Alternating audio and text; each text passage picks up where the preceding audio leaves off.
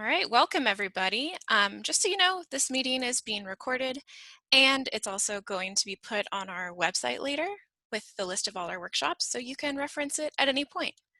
If you haven't had the chance to do so yet, please go to the form on our Google Forms there. It's the attendance sheet and it's also that link in the QR code if you would like to do it from your phone.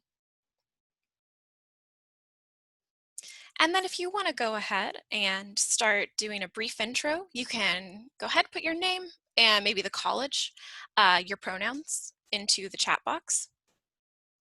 And we'll introduce ourselves in just a little bit. And I know that not everybody is a huge fan of silences, but just for Zoom purposes, I would like to leave, a couple seconds of silence to let anybody weigh in. At any point today, feel free to unmute your mic, and then we'll get into some Zoom housekeeping in a little bit.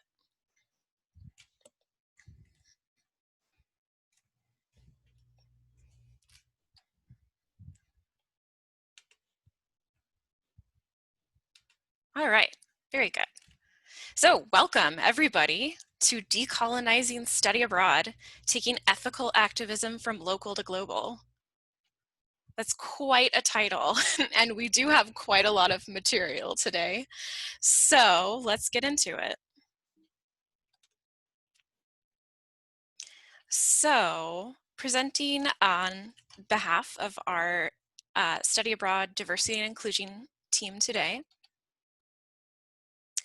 my name is Caroline Zeyer, and my pronouns are they, them, or she, her. I am originally from Ventura, California, Southern California, which is a land that belongs to the Chumash tribe. And I would, for travel, love to go to Argentina, which is the land of the Mapuche.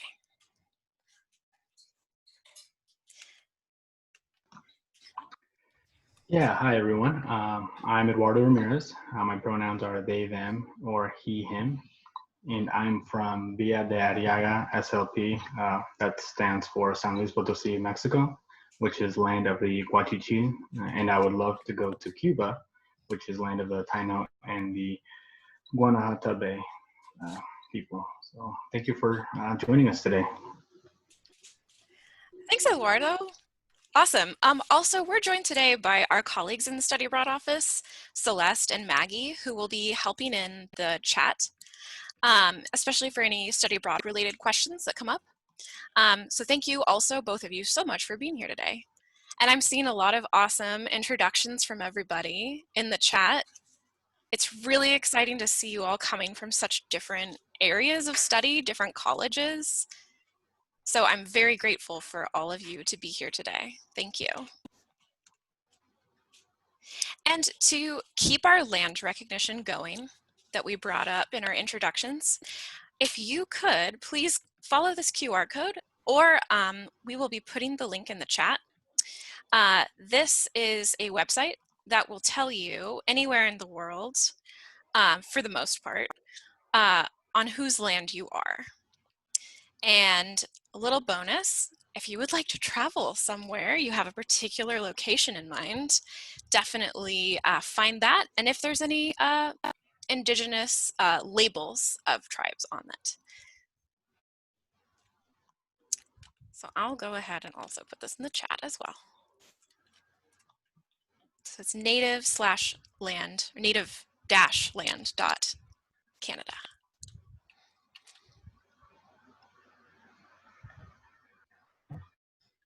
And if you want to put what you found in the chat, that would be great.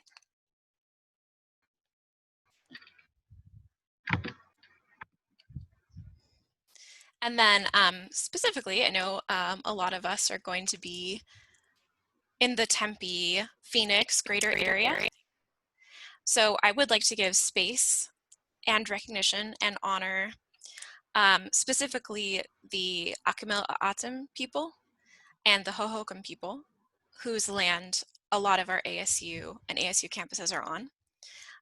And without them, cultivating and caring for the land before the US took the form that it has, we wouldn't be able to have an ASU community.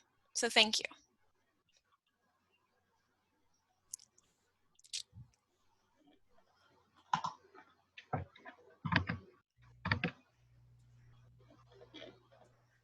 Now, as you're going on the website, you can find it in the chat or the QR code. Would anybody like to unmute themselves and let us know whose land you're on or where you'd like to travel to?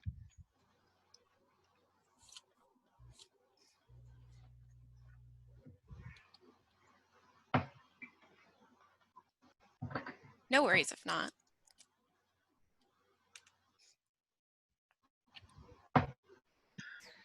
I can if that works.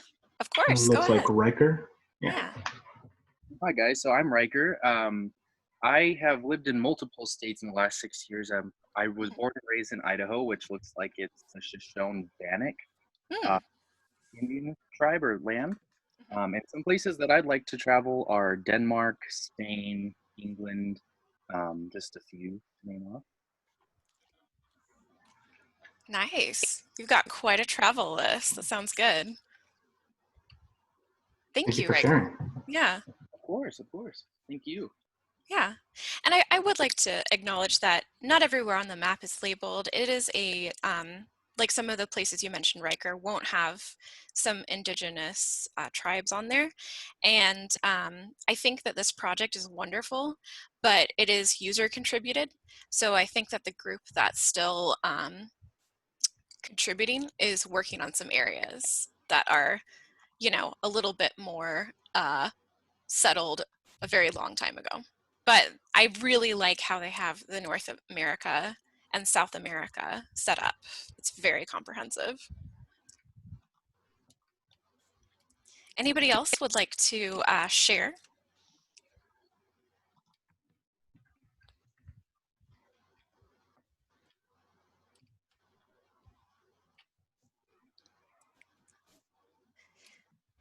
No problem. I know this is, if it's a new website, you can also put the labels. I'll actually show you in the browser.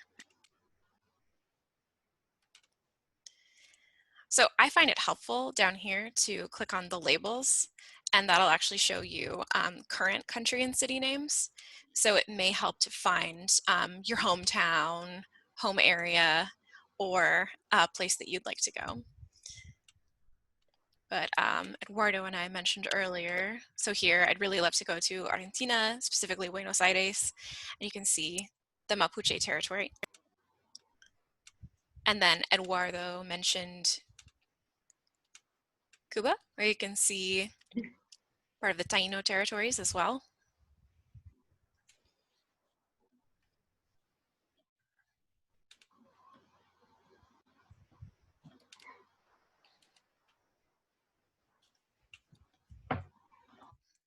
All right.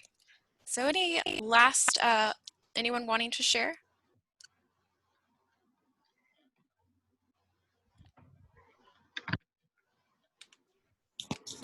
Hi. Yeah, Morgan. I'm Morgan, and I'm an online student majoring in anthropology. I'm a senior this year at the School of Human Evolution and Social Change. And I am currently living in Guam, and it is the largest island in the Marianas. That is the also the largest island of the Chamorro people. Wow, thank you, Morgan. That's super interesting. And thanks for joining us from a different time zone as well. Yeah, the sun just rose. Excellent, very good example. All right, well, thanks so much. I hope that you can take some time later to explore the website more. Like I said, it's having new content created every day. I think we'll move on from our warm-up now. So I'll give it to Eduardo to do a little bit of housekeeping for today. Yeah, you know, everyone's on Zoom nowadays, and we just want to run through some Zoom considerations for this presentation. So if you could please let us know if you have any questions, just throw a question mark in the chat. We'll make sure to call on you, and you know, don't forget to unmute yourself. And it's your choice if you'd like to have your webcam on or off. As Caroline mentioned earlier, we'll have ours off just to save on bandwidth. I myself am in a rural part of Arizona, so my internet can get a little spotty. So this definitely helps, but definitely your choice. So yeah, and we encourage questions. Please go ahead and ask those questions. And like I said, we'll call on you, or Celeste and Maggie are also in the chat, and they might be able to answer those questions before we get a chance to call on you as well. So please ask us questions as we go through this presentation. And again, thank you for joining us.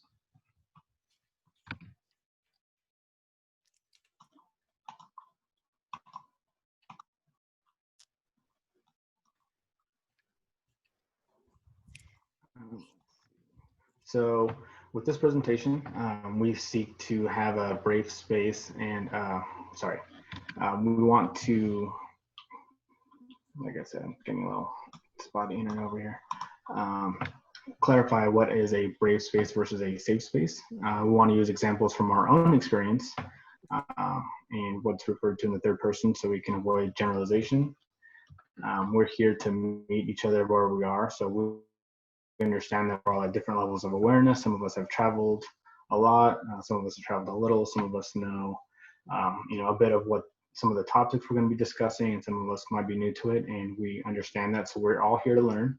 We're here to acknowledge our privilege as to how our own experiences might differ from everyone else's. And we want to clarify if you're unsure about something. We want to provide as much information as we can, and we want to meet challenging opinions with civility and respect. So, like I said, we welcome questions, but please keep it civil and respectful. And we're here to have a dialogue and all learn together. So.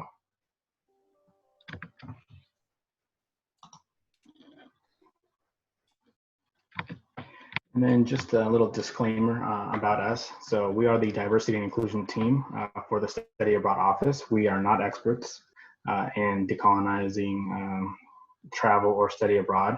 So like I mentioned, we're here to learn together and seek to be better travelers, better students, better people. And we're not meant to, our goal is not to be lecturing. We want to just provide some insight and some things we've learned from presentations and talks, any writings, anything we've picked up along the way. So it's okay, want you to realize that some of the things we bring up you may have done or experienced, and understand that it's okay to have initial reactions to those locations where you're at. But our goal is to have you unpack and reflect on those situations or those items, and hopefully grow as people and travelers. So again, this isn't just about study abroad. It relates to travel anywhere. So even in the U.S., the U.S. is a big country, and we have a lot of different groups and locations, and they're also diverse. So this is hopefully to help us all learn to be better travelers, not just abroad, but within our own country as well.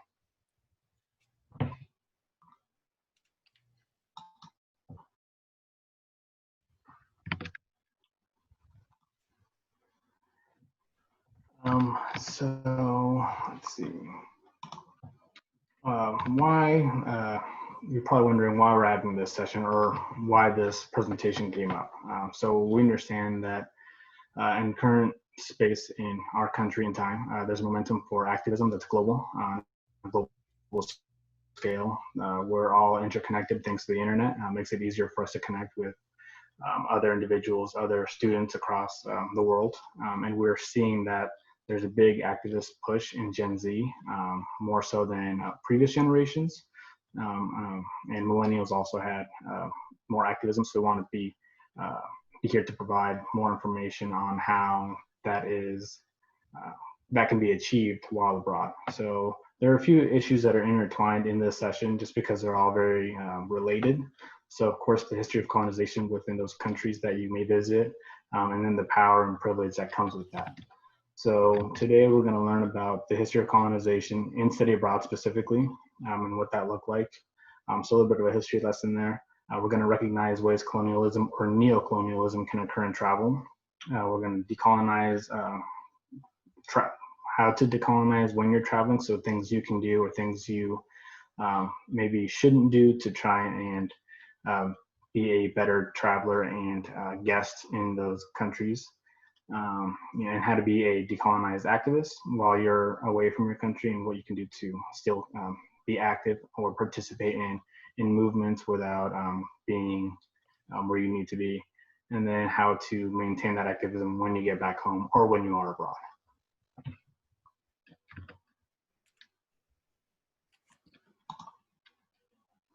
So I want to just provide some definitions. So colonialism is the act of taking partial or full control of another country. So so that means one country has full control over another country. Or neocolonialism is where that main country has some sort of hold over that secondary country, but it's not a direct occupation or hold. It's more of using political, economic, cultural pressures to try and influence or control those other countries. And then, of course, activism is just taking action to help make positive change, whether that's social, political, or cultural in nature.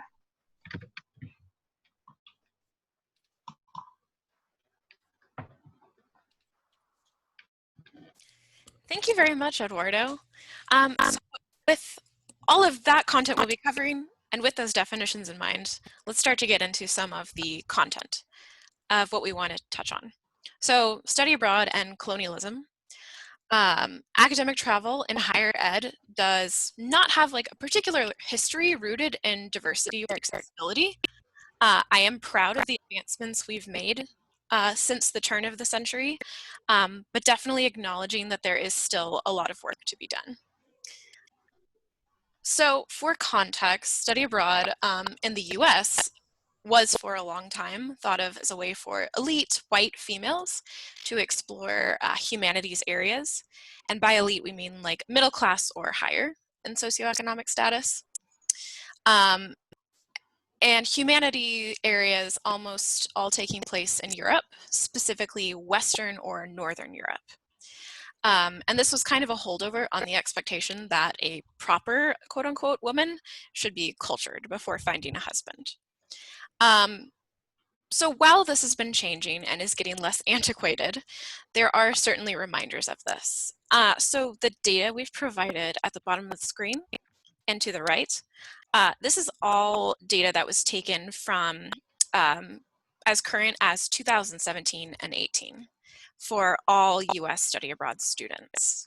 So you can see with a breakdown of race and ethnicity for those years, it still is about 70% white US American students studying abroad. And for destinations on the map, you can still see that the vast majority are going to Northern and Western Europe. And it's, again, changing, but trends still kind of remain there.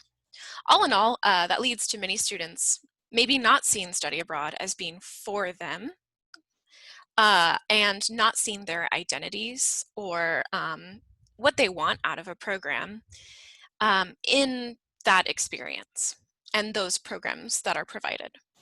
So also many of our students may have heritage from former colonies and dependencies, and are descended from intergenerational trauma that colonialism inflicts. So in this way, I think we need to recognize that there is a great need to decolonize and study abroad programs.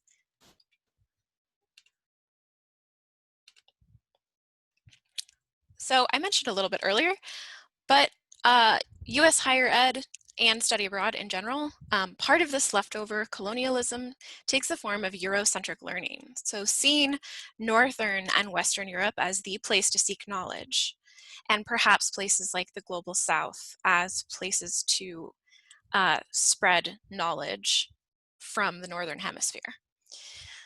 And I think some of the history in the US is rooted in earlier colleges being founded, like Ivy League schools, utilizing Greco-Roman philosophy as their foundation for curriculum. And not to say that those aren't, you know, bad ways of learning, but it is like the main way, and you can sort of see that. Some of the examples we provided. So for instance, for a lot of academic travel, you may go to art museums with primarily European Western art. And then classrooms, you know, classrooms at ASU as well, may all be lecture style, where it's more of a forum where everybody's looking down at a specific lecturer. So that's specifically a Eurocentric form of learning and teaching. And then the example at the top there is from one of the very first study abroad programs at the turn of the century from Indiana University. And it basically, I know it's hard to read, it basically is all about hiking. So hiking through different mountain ranges in Europe. And then with that in mind, I'll hand it over to Eduardo to explain a different aspect called the white supremacy lens of learning. Thank you, Caroline. Yeah, so when dealing with studying abroad, like Caroline mentioned, it takes a very European-centric view, and that's a lot of the roots of study abroad. So what a lot of the, sorry, my internet's acting up. So here we have a few of the examples of a white supremacy or a European view, I guess, mentality when traveling.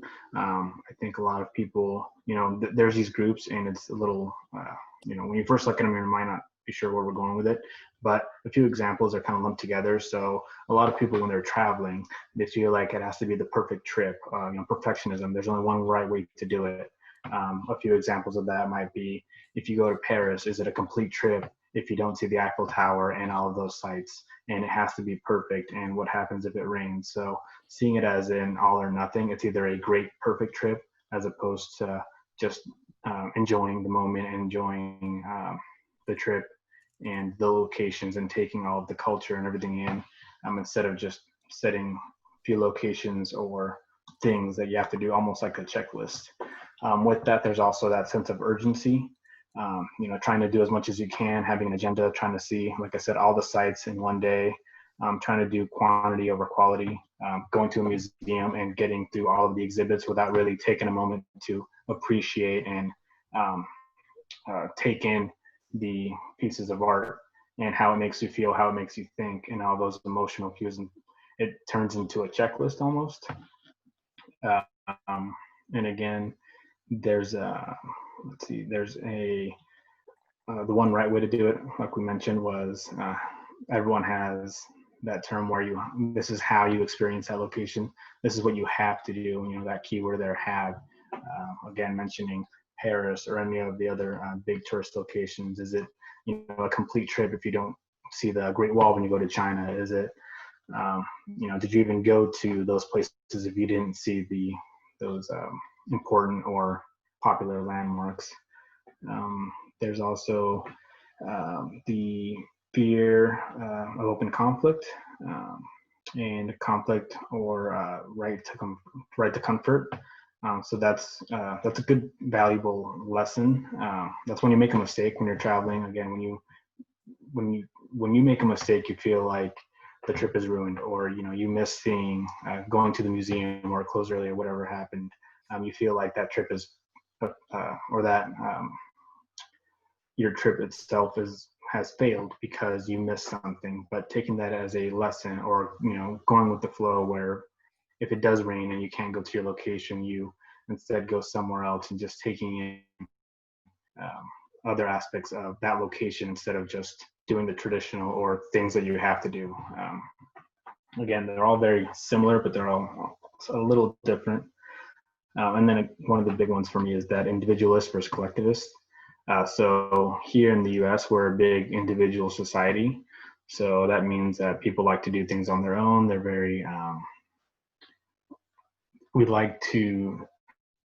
feel like we can do it on our own and don't need to go with the group, but sometimes it's important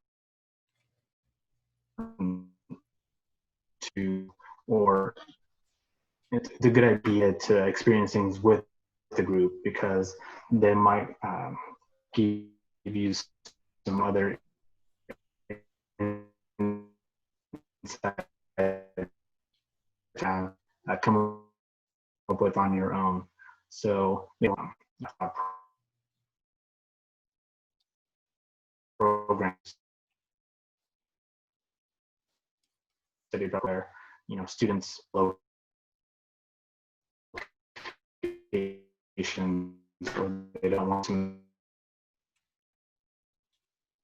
It might not be interesting to you.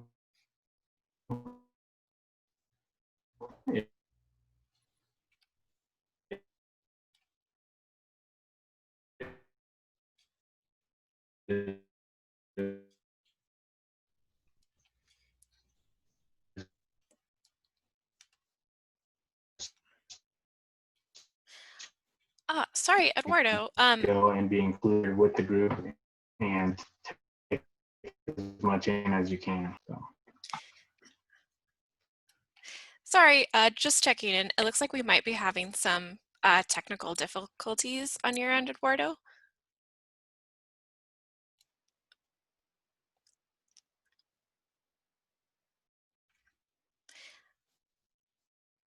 And maybe if you could go in and come back into the Zoom, that might be helpful for the Zoom. Sorry, y'all. You're welcome. It's kind of good timing, best possible for technical difficulties. I'm going to be moving on to experiencing whitewashing. And you can see this throughout a lot of history and culture that you might study when studying abroad. So example on the top is the Sphinx statue in Giza, Egypt. I think there's a myth that I recall learning in like 6th grade with ancient civilizations that the statue's nose just fell off. And actually looking into the history of when the British colonized Egypt, they actually ended up breaking the nose off to differentiate it from the rest of the region in Saharan Africa. And separating Egypt from the rest of Africa was in their political interests. But to do that, they ended up removing a lot of art and features from statues that looked quote unquote, quote, African. And you can still see that today a lot with pop culture that portrays Egypt. The bottom picture is from the period early 1600s, 1700s, when the Spanish were colonizing Central and South America. They came up with a color caste system for all of the different peoples living in that region. And these are just 3 pictures from a very large guide. And it's all examples with a Spanish person next to the person that they are casting. And that's how we come up with some of the slurs that still are around today. And an early example of colorism, or the idea that lighter skin is preferred. And then last on the left, you may see this in a lot of art from portraits of nobles especially. So this portrait, the woman on the left is Dido Elizabeth Bell. Her father was in the Navy and her mother was an enslaved person at a British colony in the Caribbean called the West Indies at the time. Then she was raised in the UK and she ended up influencing her father to make major decisions that would end up making trading enslaved people illegal in the UK. But this portrait is so important because at the time when people of color were portrayed in paintings, they would be painted lower than in the background cast in shadow, clearly posed to for the viewer to see them as inferior. Her portrait ended up being a large deal at the time because she is posed next to her cousin with almost equal status. I think it's important to acknowledge she still is not at equal status. She is still a little bit in the background there. But very symbolic things that end up influencing people's way of thinking. So moving on from those examples into more modern times, when we're looking at neocolonialism, this can also take the form of Westernization or Americanization when we're talking specifically about the US's influence on other countries and territories. So this can be forms of cultural death or economic strife that occur due to Western or American influence, US American specifically. So my first example that I thought about was the top left. It's quinoa. And like, I think 10 years ago, it started to become a very like fad food or fad health food in the US. And what happened because of that is in Bolivia, where quinoa is an important ancestral food and part of the diet, got over-exported. And the more it got exported, the less affordable it became to those families. So people can't afford in Bolivia a lot of the times to eat their own ancestral food. Another example to do with food, if you can't tell, I love food. The Chiquita Banana Company, the label is there at the top. So the label is kind of a appropriative nod to locations in Central America where most bananas are sent from to the US. And it's actually where we get the term Banana Republic. So Chiquita was originally United Fruit Company, and they went into Honduras and Guatemala in the 1800s. And turning all of the produce there into banana manufacturing and exporting to the United States ended up creating one economy there. And they would then sell the bananas for a huge profit in the US. So Dole has done this as well. But having the local populations only work on that led to poverty and social unrest and to be dependent on the US.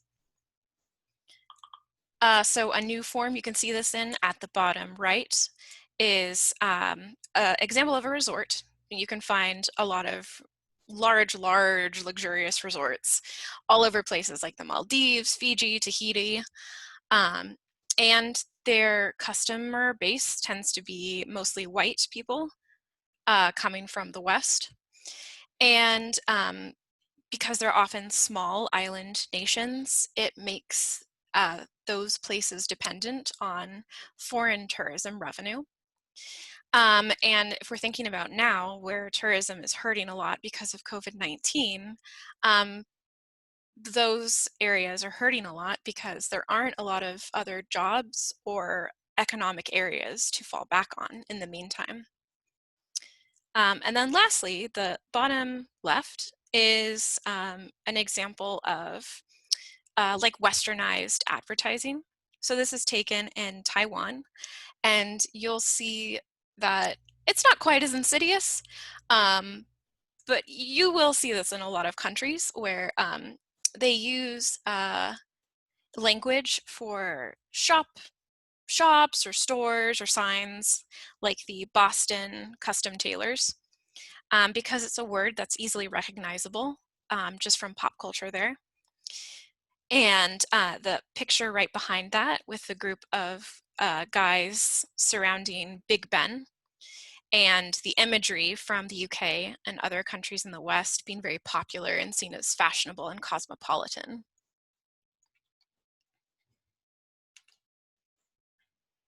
So with all that in mind, sometimes it's hard to define the nuances of a place's culture or cultural products.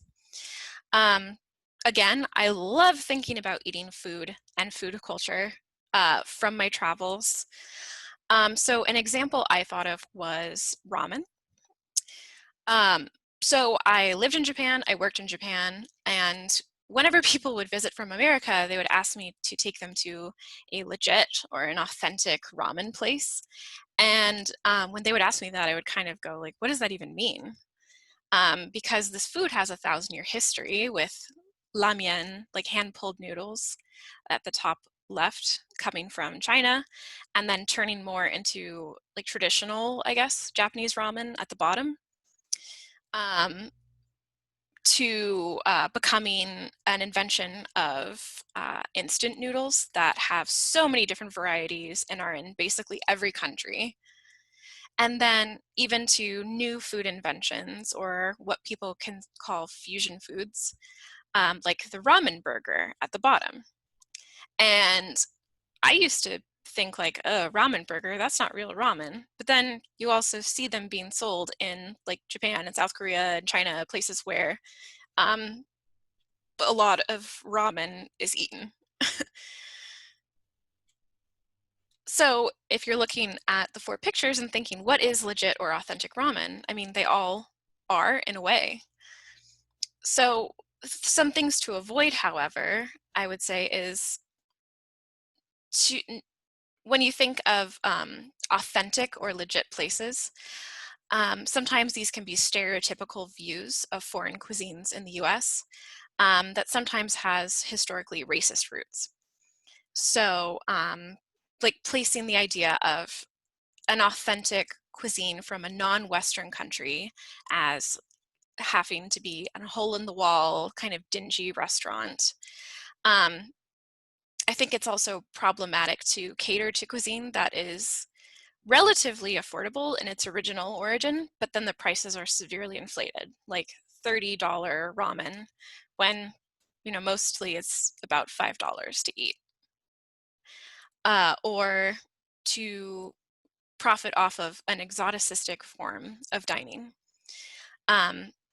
A lot of times you'll see this in the US as a restaurant that has a white front of house or wait staff and hosts, and a kitchen where they have all non-white workers, where people with expertise in the cuisine are not placed at the forefront of appreciation for it. I can talk more about food culture and appropriation all day, but I'm going to hand it off to Eduardo. If your internet is a little bit better now. Yeah, Yay! yeah. Sorry about that. I'm back. Seems like my internet switched to dial-in and picking up where I dropped off. Related to what Caroline's talking about with food, there's a lot of when traveling abroad, we want to avoid cultural appropriation. So we're wanting to try and define what cultural appreciation is versus cultural appropriation. Of course, the appreciation showing your affinity or that you care about and respecting another culture, as opposed to just taking something, not taking, but using something as a photo prop, or taking something because you think it looks neat, or might, especially nowadays with social media, something that might come off as a great picture. So a good example is when individuals like to do certain poses for the location that they're at, which might not really be necessary. So on the right, we have an example of somebody putting their hands together as like a prayer or like a thank you. We've seen quite a few pictures where individuals go to certain locations and they want to strike a pose with their legs crossed and their hands put together as if they're praying or meditating in a location that wasn't really intended for that. So just wanting to keep the respectful nature of that culture and not just doing something that, as Caroline mentioned, might seem stereotypical or might have racist roots. So another example is wearing clothing or purchasing clothing and wearing it on non-appropriate times. So I know Caroline lived in Japan for a while, and we had talked about kimonos and how there's a certain time and place to wear kimonos. So we want to avoid wearing or using articles of clothing for that culture that are outside of their intended use. So you wouldn't normally see a Japanese person in their day-to-day wearing a kimono, to the store or walking around. So it might look a little odd or disrespectful if you were to wear one to go get a Starbucks or go walk around, or even on your study abroad program. So as much as you would appreciate that article of clothing or art or food, you want to make sure that you show the proper respect and understand what the appropriate way to wear that clothing or how to use those items, as opposed to just taking it because you think it looks neat and wearing it or eating it, or again striking that pose. Another example is, of course, dreadlocks. It is traditionally, dreadlocks were from the Rastafarian culture, and it was used by them, but now it's been used by a lot of people just because of a certain lifestyle, or they think they want to have that hairstyle. So again, wanting to avoid any sort of appropriation, just taking it without paying the proper respect to that culture or religion or the people. Can we go to the next slide, please, Caroline? Thank you. So again, these are a few more examples that we just talked about. Art, so how to use the appropriate art. On the left, we have Maori individuals with tribal tattoos and what that means to them. Tattoos aren't just something they get, it's very spiritual and very personal item that they get for their culture and for cultural reasons, and for something that they want to have on their body, which again is great, but at the same time making sure that we understand why these people or why this culture do this type of style or what it means to them, and paying appropriate respect instead of just taking their art and using it for its unintended purposes. So another example is that dream catcher.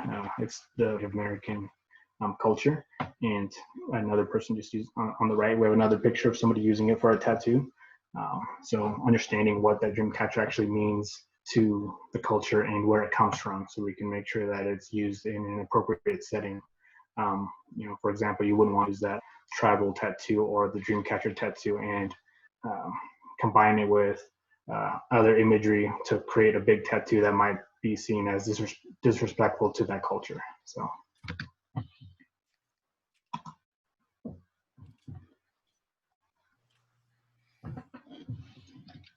Like Caroline mentioned, there's a few with colonialism.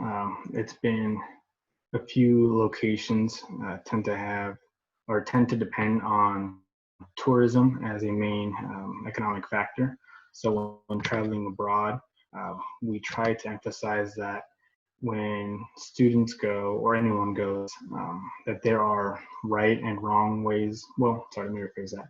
There are better ways to go about experiencing some things that that location has to offer. So we understand that a few locations have, for example, elephant rides, or where you can go and feed the elephants, and or tigers, or any type of exotic animal.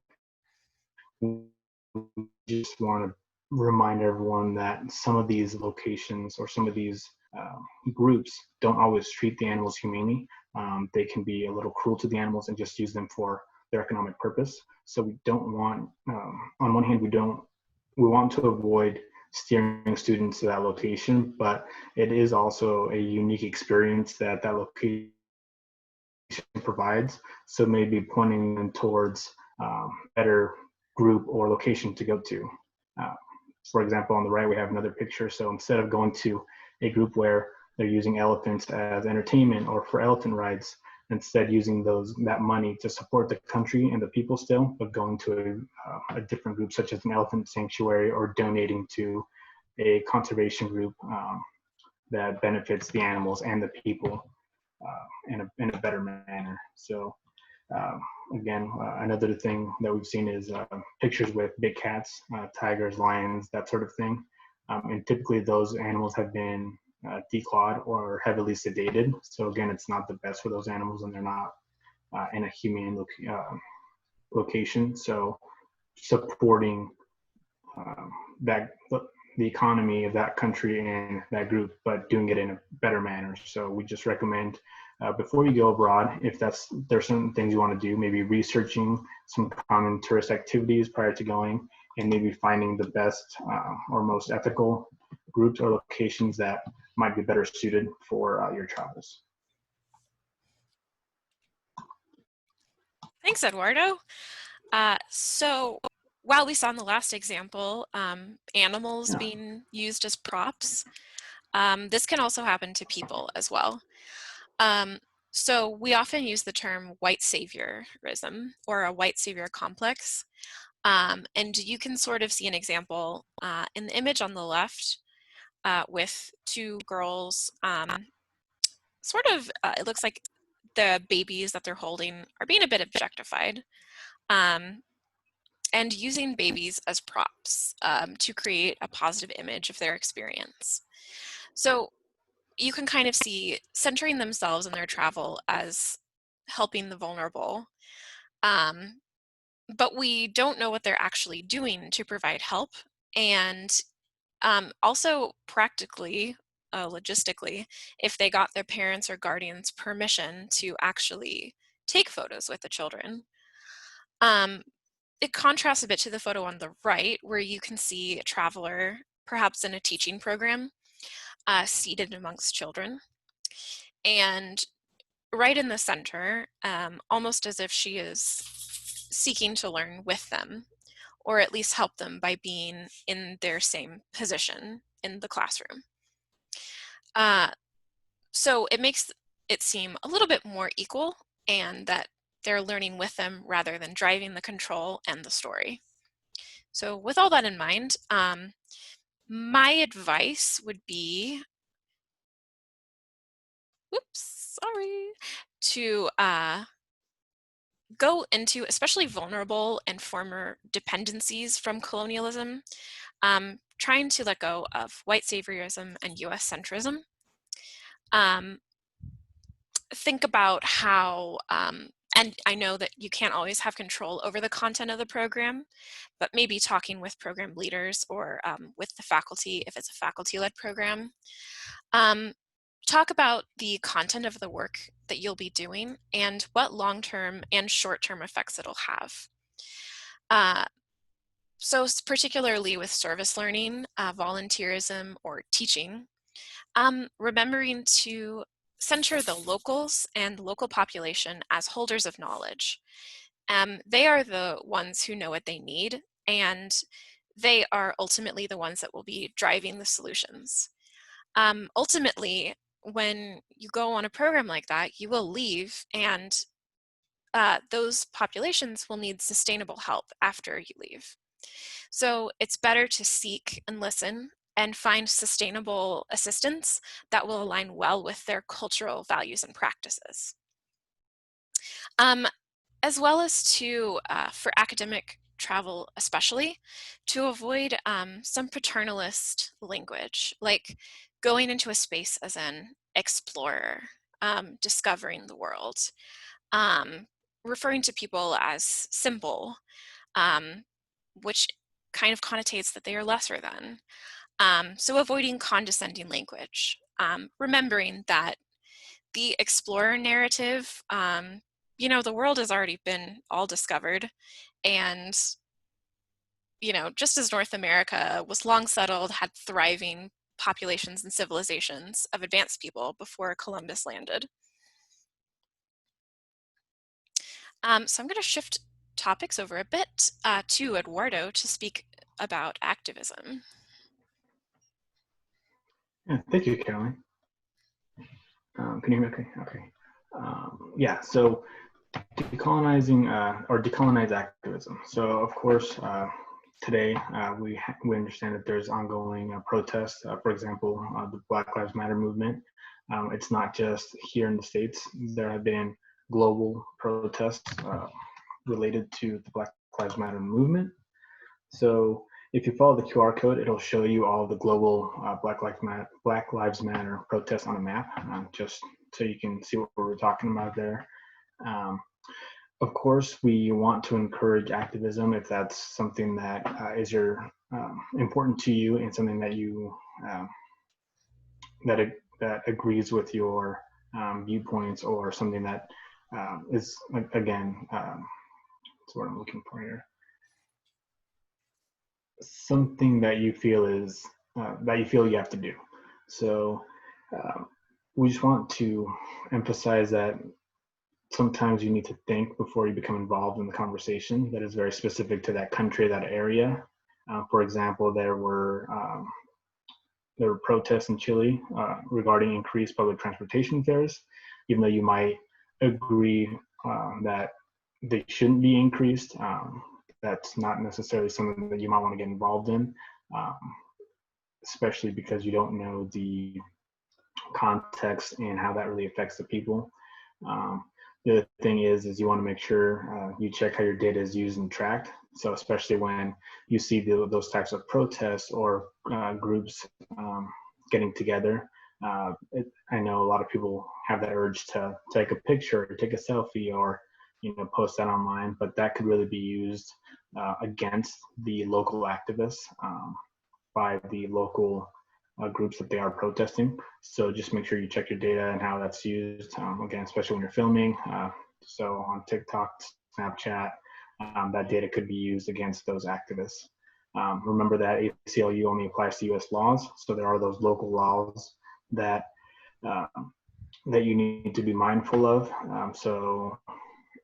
And then again, like I mentioned, just be mindful of what you put on social media. Yeah.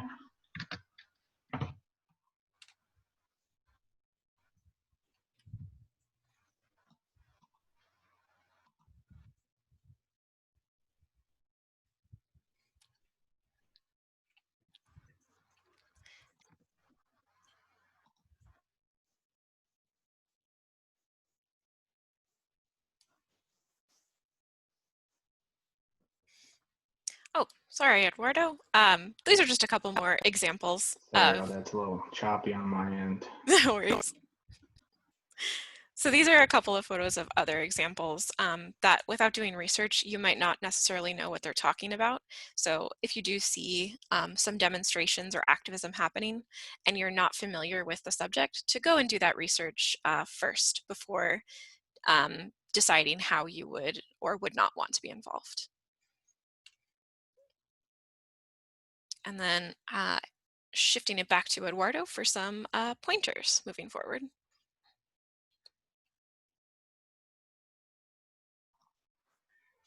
Yeah, so some of the pointers, rethink participating if your participation is intrusive. So as much as you want to help, um, take a moment to think about what you're helping is actually doing to the cause, or how it might affect the protesters or the locals in that region. So the conversation isn't about you, it's about, again, those people being affected in that region. And as much as you may want to help, there might be some better ways to go about it instead of just going to a protest and possibly being used as a photo op against the protesters. So understand how the media portrays protest and activism and how it actually is. Double check the information that you're receiving online and the information that is being shared. We all know that information that's being shared online isn't always accurate or truthful. And bring those conversations back with you to the US. Is there anything that we can do here or that can be done here to help those activists in those locations where you were, if that's something that is still important to you? Using statements, make sure that when you're speaking about those, that activism, that you're using personal statements such as "in my experience" or "I believe" or "this is what I think," and not just stating things as if they were fact, because a lot of the time it is opinion, and that needs to be, you can use fact to verify your or validate your opinion, but a lot of the times it is opinion. If and when you offend someone, observe when you're getting defensive and why, and reflect after the conversation. So if anything happens while abroad, again, if you're offended or if you offend somebody, just take a moment to reflect on the situation and why that is. Make sure you always ask open-ended questions, not yes or no questions, but just ask to get as much information as you can. And remember not to treat others as if they represent the whole group. We understand that individuals don't always represent a group. So just as you would not want to represent all of the US when you're abroad, you don't want people to think that you represent, all students or all of ASU or all of the US while abroad. So make sure that you don't treat those local individuals there as if they are speaking for the community or the group. And again, it's fine to not know an answer or have an answer. That's actually very important. If you don't have the answer, I believe that gives us an opportunity to learn and to seek that knowledge to find the answer. And you can always pick up that conversation later when you're back from your travels. Absolutely. I think somebody mentioned in the chat a good point. Yes, so absolutely, Sochil, good point. A lot of these principles and ways of having conversations and putting activists on social media also apply in the US, like the recent demonstrations for undocumented individuals. Definitely, thank you. That's also a good point, Morgan, about Good Samaritan laws. So definitely the overall point at the end of the day is to know your rights, including protest rights and data protection for your social media, your phones. And the question, do all programs have country social behavior conversion laws? I think it will depend on the location. I think we might want to talk more about that at the end of the presentation, just so I can clarify what that actually means. Thank you for the great contributions, everyone. So real quick before we wrap up today, just thinking about if you are interested in going abroad, you can also support your community back home. So if you are engaged in activism for a local community, a great way to keep that connection might be to use social media to your advantage and to keep up with local activism organizations here. Maybe even while you're over there, offering to share your experience abroad and what you've learned about the same issues and how you could teach other people back home. It's a great way to stay in connection with your friends and your family as well. If you are studying abroad at a local university, like an exchange or a longer semester program, this is also a good opportunity to perhaps look for student organizations there and see what kind of activism they have, maybe even with other international students as well. Other distance considerations, making sure you're registered to vote by mail or by distance. Reflecting once you're back from your experience, how the impact of what you learned you could share with your friends and family and how it might help your own communities for perhaps like sustainable progress on issues that you care about. And then just reiterating, fact checking is always important. If you're in another location and you're getting US news from media sources there, or you're hearing news in the US secondhand from your friends, just make sure to always check it out, check out the information, fact check it. So that's wrapping up our presentation here today. We'd be happy to have anybody stay behind to continue chatting about any of these topics, and I'll answer any questions that haven't been covered in the chat. Some real quick study abroad resources. You can see our main website URL at the top there. And then our study abroad one-on-ones talking about all of our programming, all of those logistical details, how you apply, etc. Those are held on Zoom every Wednesday and Friday, so definitely sign up if you haven't already. And then talking about affordability and cost, we have financing study abroad done by experts on our financial aid and scholarships team on Zoom every other Thursday. And these are all AZ time. And then if you'd like to check out some of our online resources on our website, we do have a section called Supporting Diversity and Who Can Study Abroad. And by who can study abroad, we basically mean everybody can. But there are some specific identity-related considerations, such as our SCAP scholars, veterans who have GI Bill can get your tuition reimbursed, and then lots of our identities, like our first-gen students, and then BIPOC students, and then feel free to reach out to us if you have any identity-related questions as well. And just wrapping up with a reminder that we don't want you to think it's solely your responsibility to decolonize travel, because it definitely is not solely your responsibility. We just think that what we've gone over today is important to keep in mind, and some general advice for how you might want to help make the world a better place in your travels.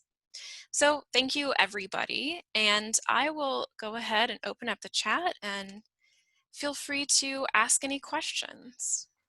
Thank you. Yeah, looks like we have a question in there right now. So what are social behavior conversion laws? Was asked.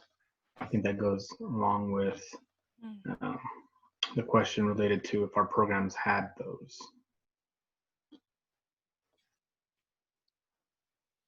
So I think that Morgan, if you'd like to clarify what the social behavior conversion laws is.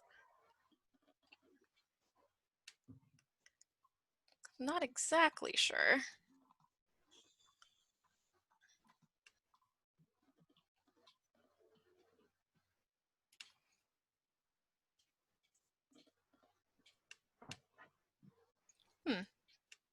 Well, we might want to look into that. Yeah. Oh, okay.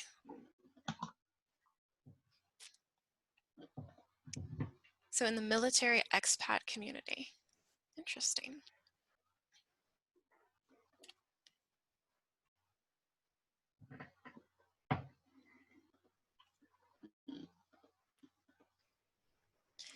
So I'm still not exactly sure. Morgan, would you mind unmuting your mic and maybe asking to the group?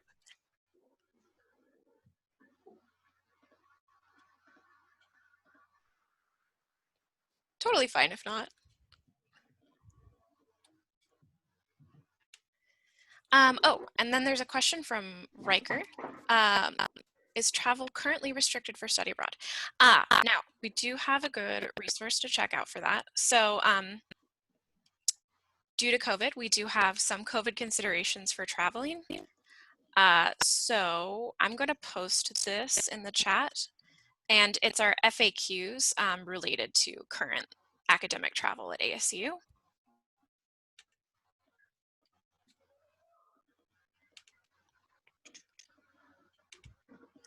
And then if you have any other questions after looking at that source, definitely feel free to email me.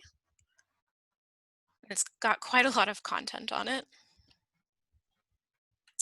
Okay, any other questions? Hi, sorry, I was able to unmute now. I had a lot of background noise before. Oh, no worries, thanks. The social behavior conversion is more of a generalized term I was using to explain how I wanted to go about asking how we could assess each country's interpretation, or how we can interpret each country's expectation of our behavior or our public laws, because we are such a free speech governing people, and how, like, for example, you, Caroline, also lived in Japan, as you shared with us. The Good Samaritan laws, they don't, we have that inclination of, if you can help, you help, you perform CPR if you know CPR, but in Japan, you are not allowed to do that. And in certain countries, those are not things that I would know to not do unless we were told beforehand. And I was just wondering if there are certain programs that stipulate certain accommodation or recommendations such as that beforehand, because I wouldn't want to put myself in a situation where I'm compelled by my, American upbringing to act on those, inclinations. Okay, yeah, thank you so much for expanding on that. It's really helpful to hear more of what you were thinking. So that's a really interesting question, and it's kind of hard because we don't like have a centralized resource for how those specifically will be in each country. But I would say at least when you study abroad, um, we do have different forms of support for any questions that could come up beforehand. So if you're thinking about this now, and you're interested in, say, like a program led by ASU faculty, they're a great resource to ask for that location. A lot of them have done research and maybe are even from there and could speak more on that. And then if you're going for like a longer term, like a summer term or semester, you will be working with a partner organization. That's what we call them. And they are and are not sometimes hosted at local universities. And then if you're in exchange, you are directly working with a university. So depending on the programs you're interested in, we do have international coordinators that can identify point people that could help answer those questions for you. But I will say, like, I do not pretend to be an expert on that. But I would say it's really important if, like, when thinking about that, to figure out who you could ask those questions. Is that helpful? Yeah, that was really, yeah. Now I know. I couldn't really jog my own brain to consider sources to contact. I had to actually think to, I had to have an adult to talk with. I'm by myself all the time in Guam, so.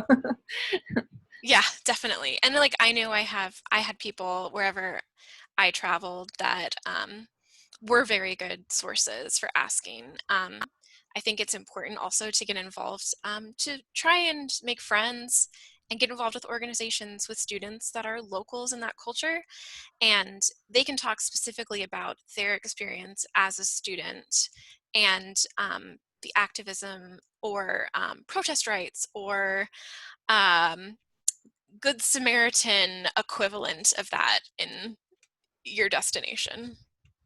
It's just kind of like, I'm really good at mirroring in another culture, but it's Yeah. suppressing my own innate inclinations to act on my own upbringing to better mirror the other culture is my concern, because like in being in situations abroad where I'm like, well, in my upbringing I would act on this situation in this way, Yeah.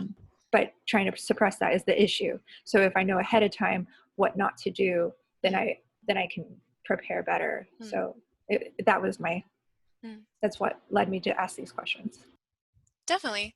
I think it's just general good advice all around. If you're not sure what to do in a particular situation where there's a lot of stress, and like if you see somebody in peril or somebody who is upset in some way, I know this is very hard, but to just take a beat, pause, reflect, and look at what other people around you are doing. And I know it's hard not to act on instinct sometimes, but I think that this could be helpful when there's like very high tension situations. That makes sense. Okay. Yeah. Sorry, everyone. Oh, you're welcome. I realize I totally skipped over a slide. If you'd like to look at it very quickly, some other pointers for decolonizing while traveling: just evaluate your own power and privilege and the systems of power and privilege in the host culture. Look for indigenous ways of knowing and sources of knowledge from colonized peoples. And if it's not part of the program content, maybe seeing in your free time how you could do that. Researching your program ahead of time, can't recommend that enough. Asking questions that you care about specifically for that. Critically assessing each opportunity to interact with the local culture, how you can be a positive actor in that space, what you can give to the culture rather than what you can take from it. And then if you're from a marginalized community yourself, how your learning can help your own community back home. Let's see, any other questions we might have missed in the chat? Oh, nice. Questions, thoughts, comments? Pho burrito. Yep. That's an interesting one. Because it's like pho is a soup, so how do you even have that in a burrito? Can I just add something really quick? Of course, Ellie, go ahead. Last year, so before Corona hit, obviously, I was planning on doing a study abroad to Tanzania in Africa to do like a sex education program. And the whole time. Was it the AIDS prevention in Yes. Tanzania program? Okay, nice.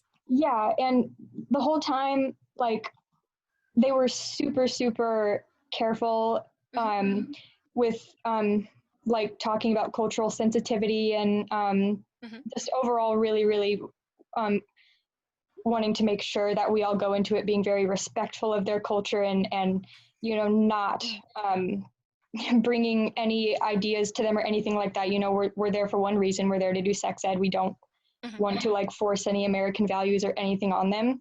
But even like, because all of that was really, really good and I really appreciated that. But throughout the whole thing, I still just felt sort of gross about it, because even like through all of that, like I'm still white and I still just felt kind of, I don't know, just like yucky about it regardless. I don't know. And I don't know if that's like the wrong way to approach it, because I know I probably shouldn't feel like that either, but I don't know. It feels like even if you're really going out of your way to not be like a white savior, it kind of feels just wrong anyway. I don't know. Yeah. No, I think I understand what you're going for. Yeah, that can be very tricky depending on the context. I think it's good that you were definitely critically, it sounded like you critically evaluated a lot. How can I not be a white savior in this situation? Even with those inevitable feelings of feeling that way. I think that, at least from my perspective, when I have felt like that, I think I just remember it's definitely a privilege to feel that way. And yeah, and it's a privilege to be in a space where you can critically evaluate, I don't feel good about this, and kind of trying to unpack why you don't feel good about that. And it's, yeah, I think maybe the fact that you're still thinking about that after your experience is really good. And maybe it's something that when you're talking to other students who are interested in engaging in those opportunities, like what they might expect and how they can sort of navigate that territory as well. Yeah, and you're totally right. I was thinking that earlier, like even the fact that I can be questioning like this decision, it's still sort of indicative of like the position that I'm in. Yeah. Yeah, I think it's just important at the end of the day to, you know, use your privilege and at the time with the information you're given to try and make a positive impact. And like we said, you know, even if you try and you really critically evaluate what you're doing at all times, it's really hard to expect like perfection. And it's really hard to solve like an issue of like in Tanzania, the effects of colonialization. And it's not all on your shoulders, but to do the best you can with the info you're given. Yeah, totally. Yeah, thank you. You're welcome. Any other thoughts or questions that came up during the session? Caroline, I would just want to reiterate to everyone that's still here, you know, because I'm talking about white savior.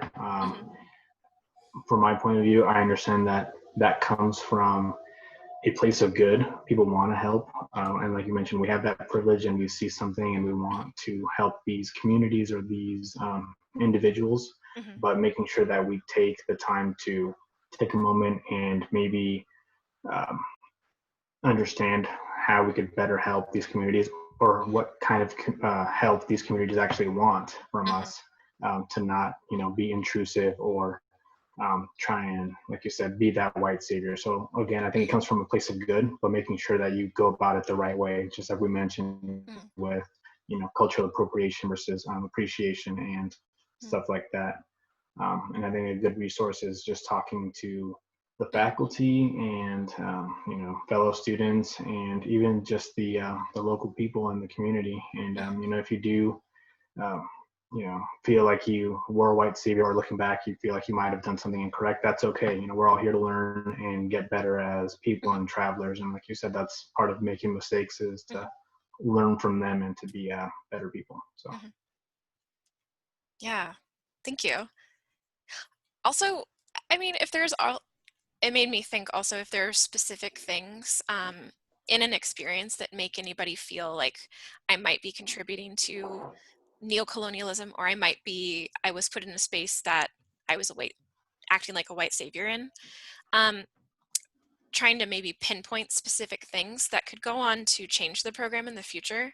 Because I know that like when I studied abroad and when I've led study abroad programs, led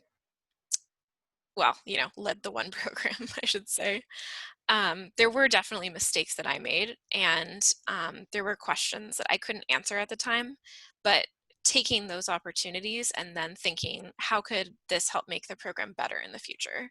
So giving that feedback after is usually super helpful to the people that operate those programs, like faculty or the host organizations you are with. I know that they really appreciate that feedback, and they do take that advice to change and to improve the program for the future. Let's see.